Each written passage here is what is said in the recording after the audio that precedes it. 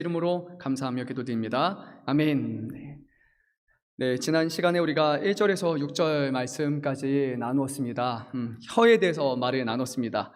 혀는 상대적으로 되게 작지만 이 작은 혀가 우리 몸에서 얼마나 큰 영향력을 끼칠 수 있는가에 대한 말씀을 나눠봤습니다.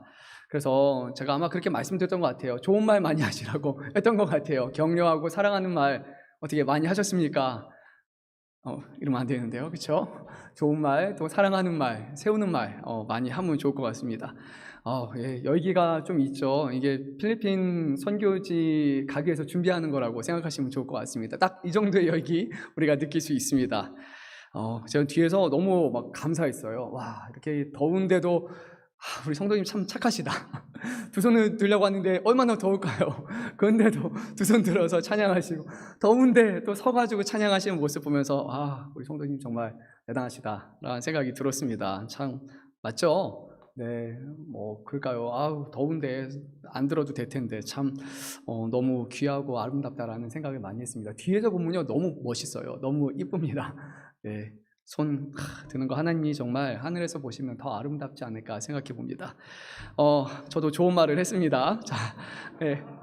말의 입이 지난 시간에요. 달리는 큰 말에 방향을 제어할 수 있을 만큼 큰 영향력을 끼칠 수 있다라고 했습니다. 그렇죠? 입만 잘 막아도 그 방향을 조절할 수 있습니다. 또 배에 있는 그 키는 아주 작은 거지만 그것만 잘 사용을 하면은 심한 역풍이라 할지라도 이것을 조정해서 올바른 방향으로 나아갈 수 있습니다. 그런 것처럼 혀는 바르게만 사용하면은 우리의 인생을 올바르게 이끌어서 정말 하나님이 기뻐하시는 삶을 살아갈 수 있고, 우리뿐만이 아니라 다른 사람에게도 아주 큰 선한 영향력을 끼쳐가지고 우리 교회를 하나하나 세워가는데 정말 귀하고 아름답게 사용될 수 있습니다. 바르게 사용하면 됩니다.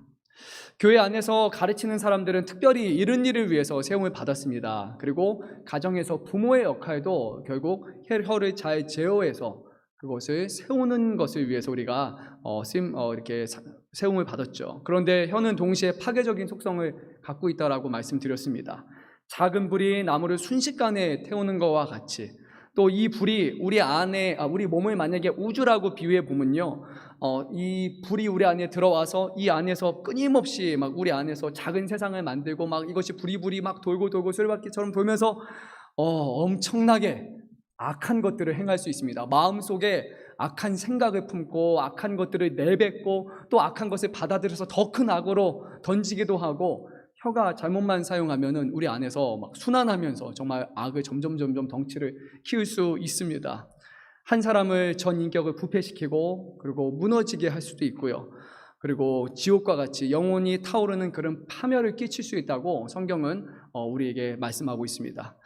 그래서 우리 모두는 가르치는 사람으로서, 그리고 우리는 복음을 전하는 사람으로서, 또 부모로서, 교사로서 이 혀의 능력과 위험성, 이 두 가지를 반드시 우리는 알아야 됩니다. 무조건 나쁜 것이 아니라요, 혀에는 어마어마한 잠재력과 능력이 있고 동시에 그만한 대응하는 위험성도 있다는 것입니다. 오늘 말씀에서는요, 세 가지를 우리가 다룰 텐데요, 이 혀는 우리 자신의 힘만으로는 제어가 불가능하다. 그리고 혀에는 어떤 이중적인 그런 모순적인 모습이 있다. 그리고 혀를 통해서 맺어지는 열매가 있다라는 이 세 가지를 우리가 오늘 말씀을 통해서 함께 나누고자 합니다. 7절과 8절 말씀을 보면 먼저 이 사도 야고보는 우리의 힘으로 혀를 제어할 수 없다라는 그런 문제에 대해서 거론을 합니다. 7절 말씀에서 이렇게 오늘 성경이 말씀합니다. 여러 종류의 짐승과 새와 벌레와 바다의 생물은 다 사람이 길들일 수 있고 길들여 왔거니와 라고 말합니다. 저는 이 말이 너무나 공감되는데요, 특히 이제 벌레라는 부분에서 저는 좀 많이 공감됩니다. 제가 어렸을 때 벌레를 많이 기들였거든요. 저에게는 정말 하나님이 좋은 부모님을 주셔가지고요, 만약에 제가 저 같은 아들을 낳았다면 쫓아냈을 것 같아요. 그런데 저희 부모님은 너무 좋으셔가지고요, 저희 집에 예전에 럭키 아파트에 있을 때 거기 베란다에 이제 나무가 하나, 벤자민이었던 것 같은데 조그만 나무가 있었는데, 그 나무가 거의 뭐 저로 인해서 마루타를 당했다고 해야 될까요? 생체 실험 도구였어요. 그 나무에는 모든 게 다 있었습니다. 매미가 종류별로 붙어가지고 우이기도 하고요. 그리고 거기에 뭐 사슴벌레도 이렇게 올라다니기도 하고, 막 중간에다가 홈을 파가지고 거기서 뭐가 막 진액이 나오기도 하고, 이제 위의 모습이고요. 아래도 있어요. 제가 밖에 가면 네, 좀 심했어요. 어떠냐면 그 나무 아래를 모종 삽을 파면 혹시 구멍 뻥뻥뻥뻥 뚫린 거 보신 분 계시나요? 가끔 보실 거예요. 거기 매미 애벌레가 있어요. 보통 그 아래서 한 4, 5년까지도 있는데 그 구멍을 뚫은 다음에 거기다가 얇은 막대기를 싹 넣으면은 매미 애벌레가 이게 올라갈 때가 된 줄 알고 이렇게 따라옵니다. 그러면 그거 열심히 잡아다가요. 저희 집 나무 아래다가 딱 해놓고 구멍을 만들어가지고 애벌레를 막 송송송송 꽂아 놓습니다. 막 별거 다 있습니다. 그리고 집에서 사마귀가 알도 한번 만들었다가 저 성도님이 한번 신방 오셨는데 터졌던 적도 있고, 막 제가 한 곳이 아니에요. 뭐 저기서도 나왔고 어느 상자에서도 한번 뛰쳐나왔던 것 같고, 뭐 어마어마한 일을 많이 벌였고요. 막 잠자고 일어났는데 꿈에서 제가 우리 집이 벌레로 가득한 막 그런 꿈을 꿀 정도로 정말 집에 벌레를 제가 유독 좋아했던 그런 사람이에요. 정말 벌레를 기들려고 별의별 것을 다 했던 사람이고, 네, 부모님 사랑합니다. 네, 정말 네, 좋은 부모님이세요. 네, 아신 분은 아실 거예요. 뭐 별의별 거 다 있습니다. 아무튼 네, 이건 좀 번외의 이야기고요. 벌레 그리고 뭐 파충류 뭐 여러 가지 것들, 우리 사람들은 모든 동물들을 웬만한 것들은 다 길들일 수 있습니다. 근데 여기서 말하는 7절의 벌레는 그냥 정확하게 말하면요, 창세기 1장 26절에 있는 말씀, 그것과 연결이 되는 말인데요. 어떤 것이냐면요, 하나님께서는 자기의 형상과 모양으로 우리 인간을 창조하셨고, 창조한 우리 모두에게 세상의 모든 피조물을 다스릴 수 있는 그런 권한을 부어하셨어요. 여기 있는 모든 생물들과 짐승들과 벌레들은 하나님께서 우리에게 다스릴 수 있는 권한을 주신 것입니다. 그런데 문제는 뭐냐면, 사람들은 동물들도 다스리고 벌레도 다스리고 짐승도 다르고 다 제어할 수 있는데 자기 자신을 제어하지 못해요.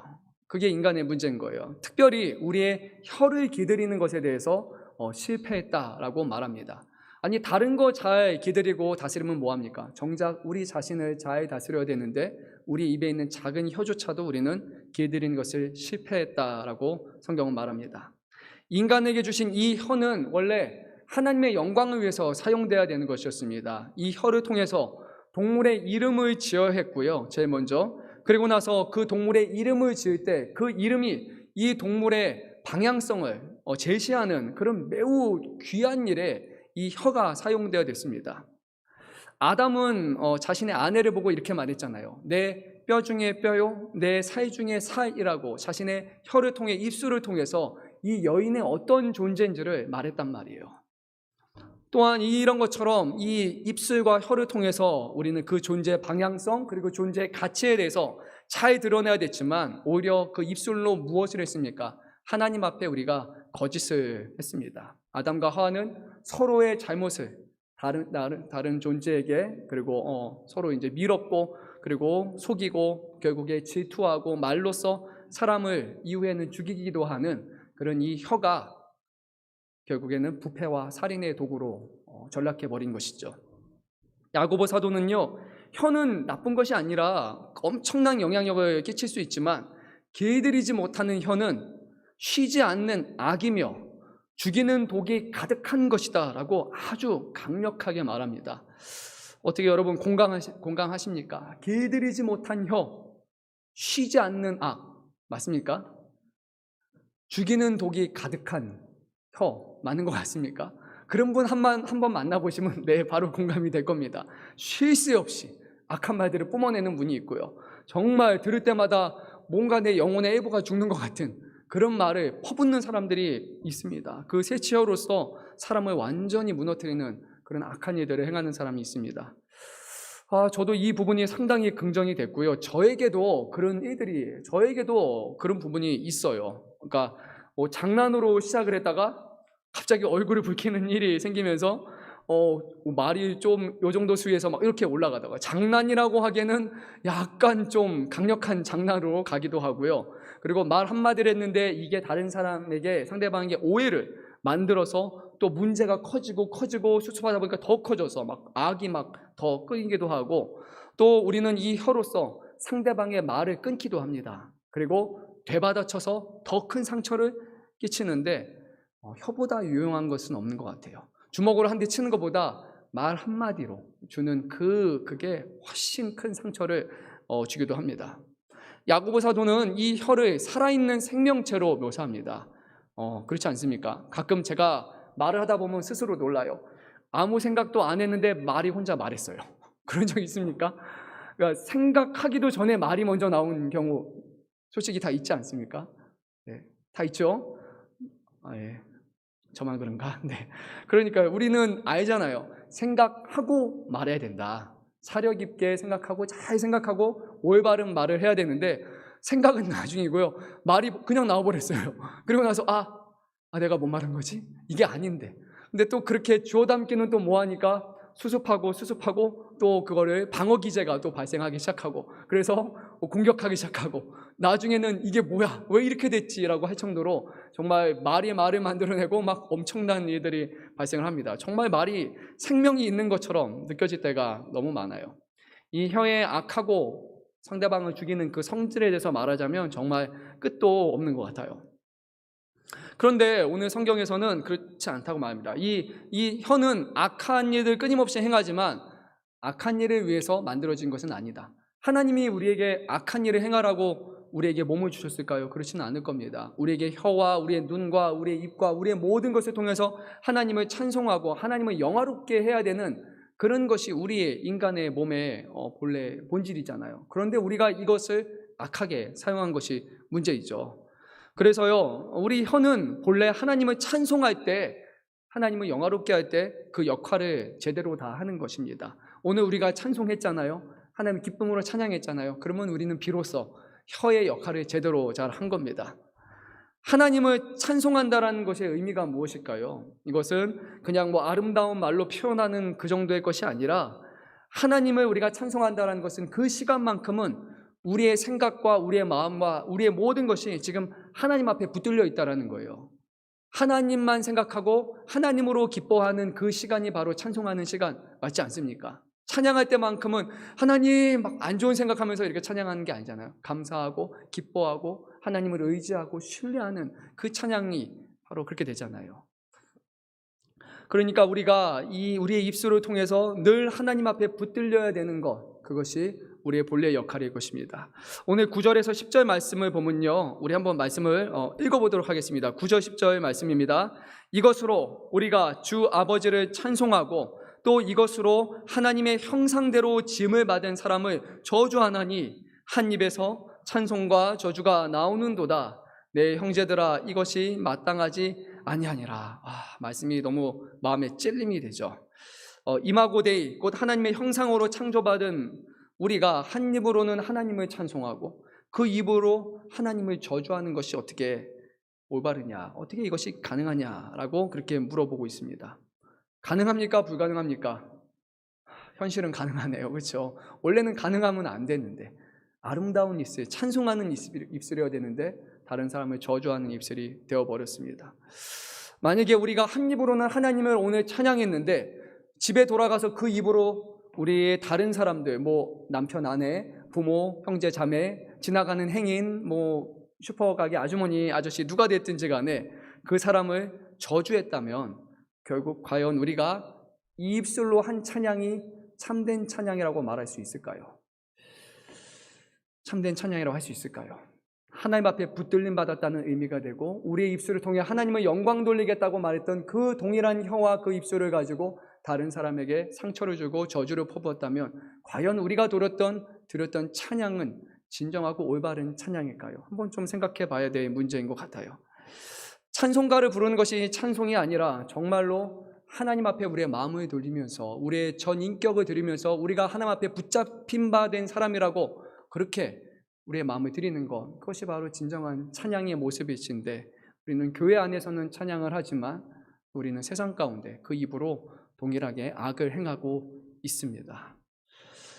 사도 바울은요, 이 문제에 대해서 고린도후서 4장 4절과 골로새서 1장 15절에서 우리가 이 잃어버린 하나님의 형상, 하나님을 온전히 영화롭게 하고 찬양해야 될 그 형상을 다시 회복하신 이가 한 분 계신데 바로 그분이 예수 그리스도라고 말씀을 하십니다. 무슨 말이냐면요, 우리가 하나님을 찬송한다라는 것은 결국 이 형상을 회복하신 예수 그리스도를 닮아가는 것이라고 하는 겁니다. 그냥 내가 찬송을 합니다라고 해서 내가 찬송하는 것이 아니라 예수님을 닮아가는 것이 우리의 형상을 회복하는 것이고, 하나님 앞에 온전히 붙들림 받는 것이고, 하나님이 기뻐하시고 하나님을 영화롭게 하는 삶, 그 본래의 삶을 되찾는 거예요. 예수님은 그냥 우리 위해서 이 땅에 오시고 죽으시고 부활하신 것으로 끝나신 분이 아니라, 그분은 우리가 어떤 삶을 살아가야 될지 우리의 삶의 모범이 되신 분이고, 그분의 모습을 닮아가고 쫓아가는 것이 우리가 하나님을 믿는 구원받는 사람의 온전하게 회복될 모습이라는 거예요. 우리가 성화라고 표현을 하잖아요. 점점 거룩해지는 것, 그것은 결국 예수 그리스도라는 그 목적을 향해서 나아가는 것, 그것이 진정한 성화인 거예요.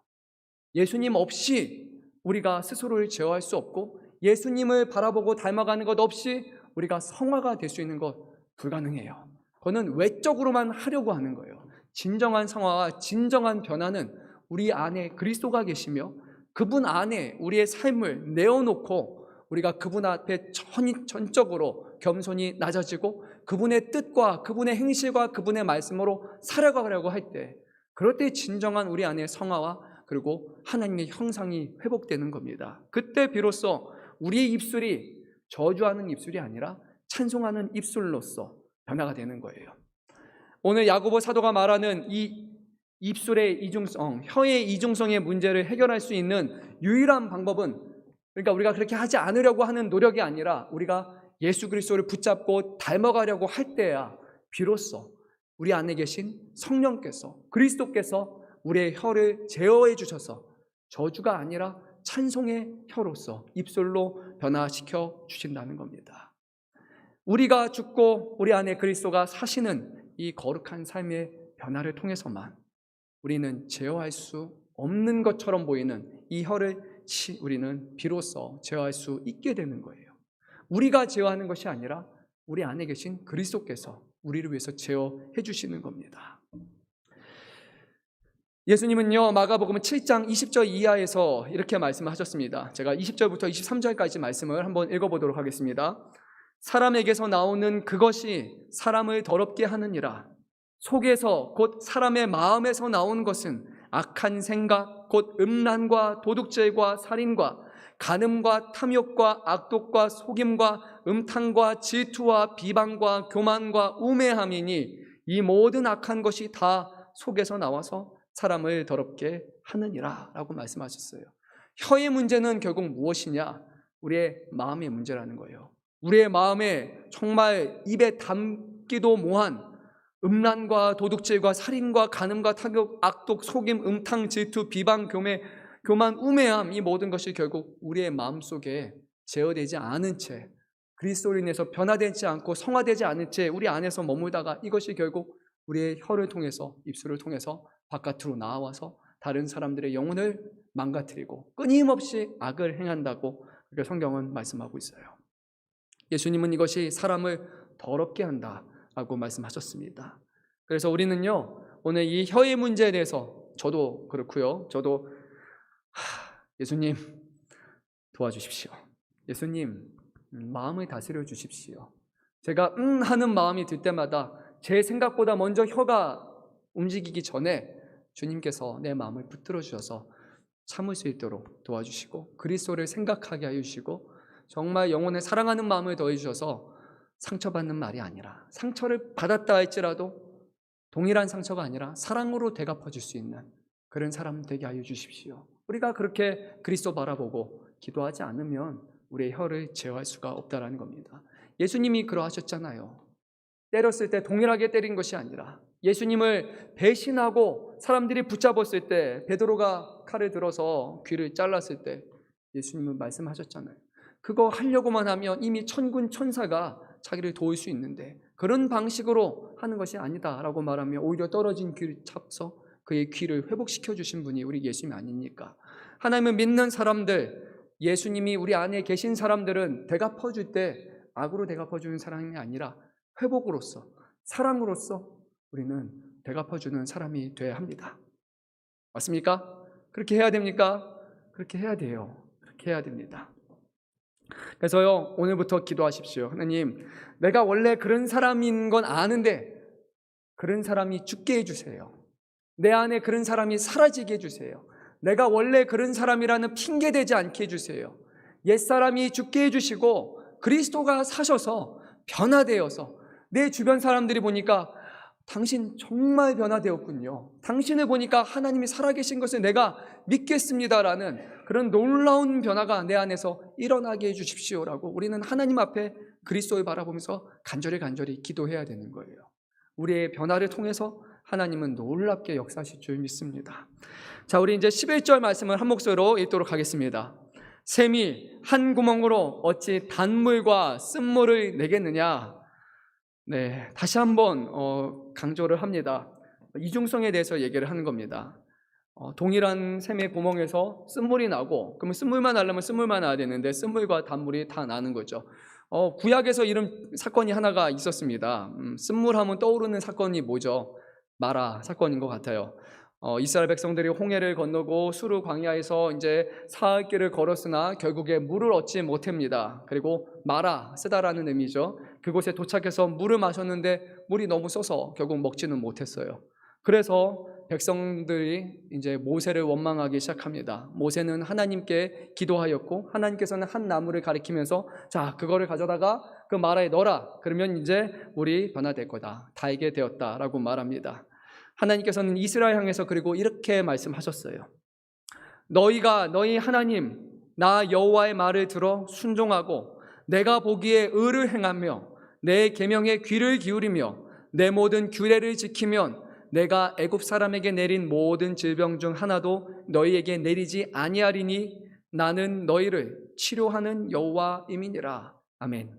즉 우리의 혀는 우리의 힘으로 제어 불가능한 것이지만 우리가 먼저 예수님을 의지할 때 가능하며 또한 우리가 오늘 이 말씀에서 하나님의 말씀 앞에 순종하고 하나님 보시기에 의를 행하며 그의 계명에 귀를 기울이고 우리가 규례를 지키면 주님께서 우리의 마음을 치유하여 주시고 쓴물이 단물이 되게 하신다라고 우리는 볼 수 있죠.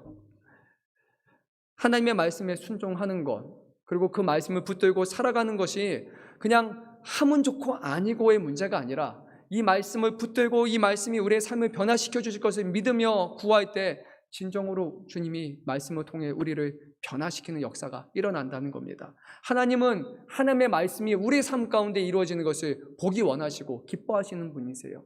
그분의 말씀에 순종하는 사람들과 함께 하시며 축복하시는 분이 우리 하나님이십니다. 그래서요, 말씀을 별거 아닌 것처럼 여기지 마십시오. 말씀을 그냥 이렇게 하는 게 옳다 정도로 여기지 마십시오. 말씀이 우리의 삶 가운데 새겨지고 말씀으로 우리가 변화되는 것, 우리는 날마다 그것을 기도하며 살아야 됩니다. 구원받은 것이 끝이 아닙니다. 구원받은 우리들이 세상 가운데 가서 믿지 않는 사람들에게 구원받은 사람의 진정한 변화된 모습인지를 보여줘야 되지 않습니까? 그것은 우리 안에 성령께서 이루시는 성화의 모습을 통해서 이루어가시는 거예요. 와, 사람이 바뀌었다. 사람이 바뀌었다. 네, 저도 아마 제가 미국에서 만났던 친구들을 다시 만나면 아마 그럴 거예요. 와, 정말 하나님이 살아계신다. 하나님, 정말 너를 보니까 하나님이 참 살아계시는구나. 그렇게 말할 것 같아요. 저도 성격이 정말 많이 바뀌었다고 제 스스로 시인하고 고백을 합니다. 하나님이 완전히 무너뜨리셨고 산산조각을 내셨고 정말 하나님만 생각해도 예수님만 생각해도 막 마음이 철컹철컹할 정도로 그 은혜가 너무 커서 막 감사의 마음이 그냥 날 정도로 정말 놀랍게 만져주셨어요. 다 그런 경험이 한 번씩 있잖아요. 그 하나님을 한 번으로 끝나는 것이 아니라 매일 삶 가운데 그분을 붙들고 살아가고 그분께 인생을 맡기면 정말로 놀라운 역사가 일어날 줄로 믿습니다. 정말 믿습니다. 우리 모든 성도님들이 그런 삶을 살았으면 좋겠어요. 서로가 좋은 말밖에 안 해요. 얼마나 놀라울까요? 이렇게 안 좋은 말이 쓱 나왔는데도 뭐 괜찮아. 그럴 수 있지. 사랑한다. 그리고 서로 칭찬만 하고 격려하고 축복만 하고 다니고 맨날 새벽에 나와서 기도하시는데 우리 가족을 위해서 기도 안 하고 교회에 있는 성도들만 축복하고 기도하고 사람들이 이상한 사람이라고 생각을 할 거예요. 그런데 하나님의 사람이라고 분명히 생각할 겁니다. 우리 안에 그런 변화가 저는 한번 나타나는 거 죽기 전에 한번 꼭 보고 싶습니다. 저부터 먼저 변화되면 좋을 것 같아요. 자, 우리 끝으로 12절 말씀 한번 읽도록 하겠습니다. 내 형제들아, 어찌 무화과 나무가 감람 열매를, 포도나무가 무화과 열매를 맺겠느냐? 이와 같이 짠물이 단물을 내지 못하느니라. 아멘. 무화과 나무는 무슨 열매를 맺어야 됩니까? 무화과 열매. 포도나무는 뭐를 맺어야 됩니까? 포도를 열매를 맺어야 됩니다. 짠물에서는 짠물이 나고 단물에서는 단물이 나야 됩니다. 무화과 나무 좋은 거고요. 감람열매도 좋은 거고요. 포도나무 좋은 겁니다. 짠물도 필요하고 단물도 다 필요합니다. 여기 있는 모든 것은 다 하나하나 필요에 따라서 정확하게 좋은 것에 쓰일 때 아주 큰 유익을 줄 수 있는 거예요. 그런데 문제는 때와 장소와 상황을 고려해서 시적절하지 않게 이것이 부적절하게 사용됐다면 그러면 안 좋은 열매를 맺을 수 있다는 거죠. 가르침은 유익하고 반드시 필요한 것이지만 그런데 우리가 주의하지 않으면 오히려 이것이 사람을 해칠 수 있다는 거, 해할 수 있다는 거 우리는 반드시 기억해야 됩니다. 오늘 4장의 전체적인 맥락은요, 결국 혀 그리고 궁극적으로는 가르침에 관한 것입니다. 잘 가르쳐야 된다. 혀를 제어해서 잘 가르쳐야 합니다. 누구를 가르치기에 앞서서요, 먼저 우리는 가르침을 받아야 해요. 하나님의 말씀으로, 예수님의 말씀으로 우리의 삶이 가르침받고 변화가 되어야 됩니다.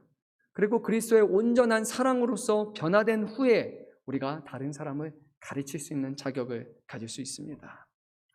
하나님께서는 죄와 부패로 가득한 이 세상을 포기하지 아니하시고 심판하지 아니하시고 우리에게 사랑할 길을 택하셨습니다. 하나님은 그러해야 될 이유가 전혀 없으셨어요. 그냥 심은 대로 거두어야 된다라고 하면 이 세상을 향해서 노를 바라시고 심판을 바라시고 다시 시작하자라고 하실 수도 있었지만 그러지 않으셨어요. 하나님은 우리를 끝까지 신뢰하고 우리를 지금도 바라보고 계신다는 겁니다. 우리 안에 있는 하나님의 형상이 회복될 것을 기대하시면서 그 온전한 모습으로 이 땅 가운데 예수 그리스도를 보내주셨습니다. 오늘 우리 각 사람 가운데 그 그리스도가 온전히 자리 잡는다면 그분을 닮고자 하는, 그분을 붙들고 살아가고자 하는 그런 갈망과 열망이 우리 안에 샘솟고 그것이 우리를 변화시킨다면, 정말 예수가 살고 우리가 죽는 이들이 이 자리 가운데 나타난다면요, 정말 하나님이 우리를 바라보시면서 내가 잘했구나 라고 아마 기쁘게 우리를 바라보지 아니하실까요? 내가 너희를 믿기를 잘했구나, 그렇게 말씀하시지 않을까요? 오늘 우리에게 주신 사명을 한번 돌아보기를 원합니다. 우리의 입술과 우리의 삶을 통해 우리는 회복시키는 사명이고 그리고 온전히 세우는 사명을 감당해야 됩니다.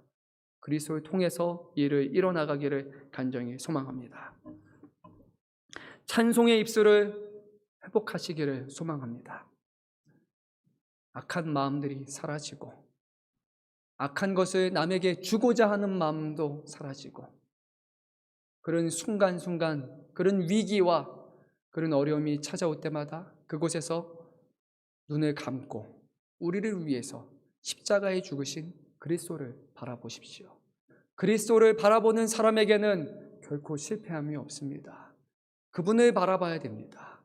좌로나 우로나 바라보고 외면하지 마시고 우리의 어떤 것을 드러내지 마시고 우리를 위해서 모든 것을 내어주신 그리스도를 끝까지 바라보시길 간절히 소망합니다. 하나님은 그러한 사람들을 통해서 이 교회 그리고 이 땅 가운데 있는 모든 교회들을 다시 한번 회복시켜 주실 줄로 믿습니다. 네. 우리 함께 찬양하고 기도하는 시간 갖도록 하겠습니다.